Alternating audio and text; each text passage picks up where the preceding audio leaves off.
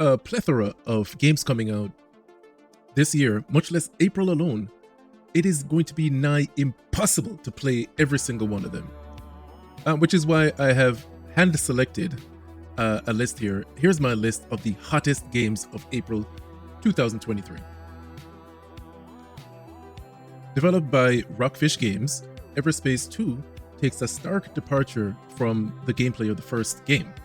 While the first was a roguelike space shooter, the sequel is more of a looter shooter with a greater focus on story and customization. The sequel offers a massive increase in the amount of diversity of ships, weapons, and ship skills. Everspace 2 has been in early access since 2021, and even longer in development, 5 years altogether, to be released this month. It's been a pleasure to play through the many iterations of the game over the last couple years, being able to literally witness the game evolve into what it is likely to become an excellent space looter shooter. Everspace 2 releases on April 6th on PC. No word yet on when it will be coming to consoles.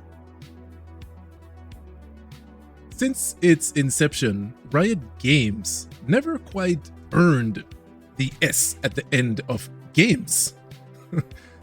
Since they only had one game, League of Legends. Riot Game would be more accurate. In 2019, Riot figured they'd change that. They announced that they would be publishing games developed by other studios outside of at their in-house studio. And they created something called Riot Forge, where they would publish games made by other developers. The most prominent of these games so far has been a turn-based RPG called Ruined King, a League of Legends story released in 2021, which I don't think it was released at the same time, but it coincided with an in-game League of Legends event of the same name.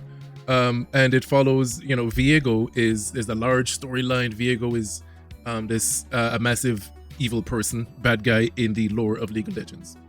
Mageseeker appears to be a game more similar to Hades than anything else, with the 2D graphics and action RPG elements.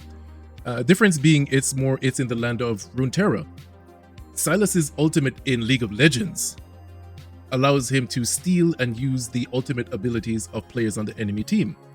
It appears that stealing enemy skills plays a large part of the gameplay in addition to challenging boss fights. I haven't seen anything yet as to whether or not there will be a skill tree or if there will be roguelite elements where you die and come back and die and come back and keep on improving. I'm hoping they'll release more details up until the release date on the 18th.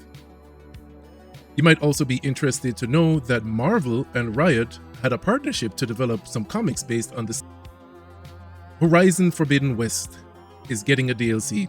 It was my absolute favorite game of 2022. Yes, even more so than Elden Ring and God of War Ragnarok. Can you believe it? Somebody actually liked this game more.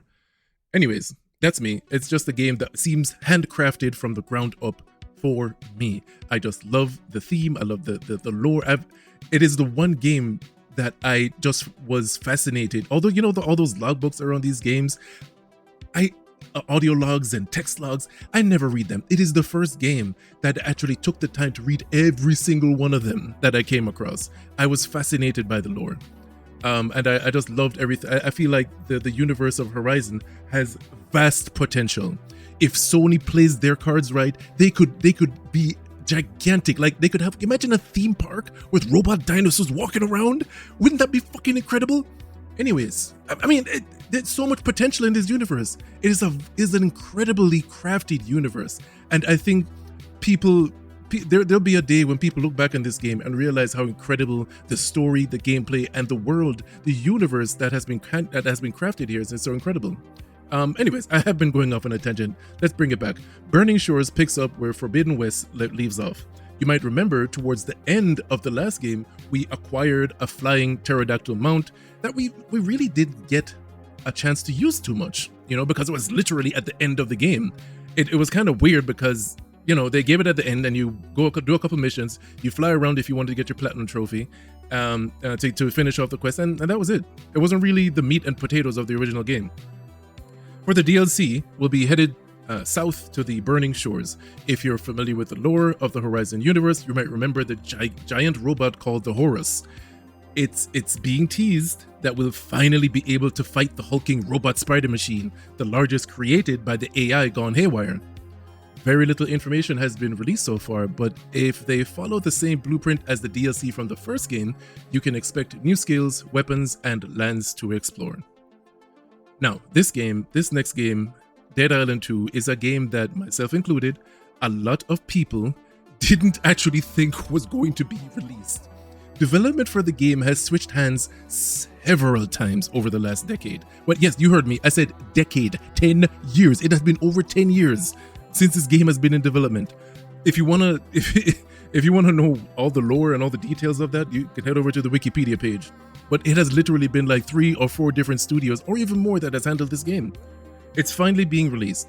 It was announced with one of the most memorable trailers of all time that I'm going to put up on screen here, but has been in development hell ever since. The game notably features multiple playable characters with different traits, customizable skills, and crazy customizable weapons. You can attach different elements like fire and electricity to axes and blowtorches and batteries and all sorts of crazy crap. If you're familiar with Dying Light, it's pretty much the same thing, but just kind of goofier. The game is finally being released this month on the 21st for PS5, PS4, Xbox One, Series, all of them, and PC. Now, the granddaddy of them all this month, I cannot wait. After Electronic Arts boldly declared that they were no longer interested. They don't want to make games. They do not want to make single-player games anymore because it's not making buku bucks, not enough money, not enough millions. It's not even that it's not making money. Single-player games are not making enough billions of dollars. That's the problem. That's why they don't want to make anymore. They canceled a bunch of games that had been in development, and this happened years ago, and they dissolved a bunch of studios that were making said single-player games. They at this point, they should really take out the word art from their name, because it's no longer art, it's electronic microtransactions. That's what they need to change. If they were being honest, they would literally change their name to electronic microtransactions. I hate this company. Anyways, the original game, Star Wars Jedi Fallen Order, I'm not gonna say it was, because it's still a very awesome game to this date.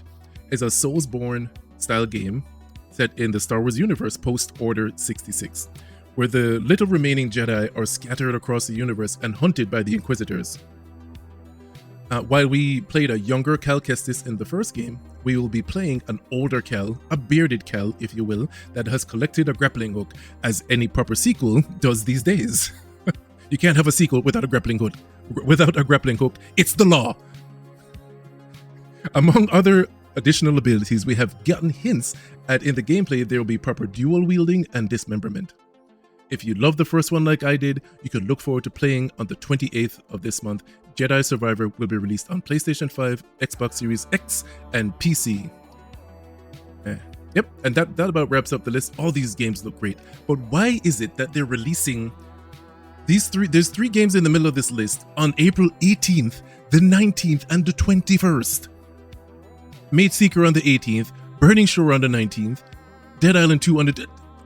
Y'all need to really think more strategically about how you're releasing these games. But if I had to choose one of those, I'd probably go with Burning Shores, so we'll see. I'm gonna play them all though.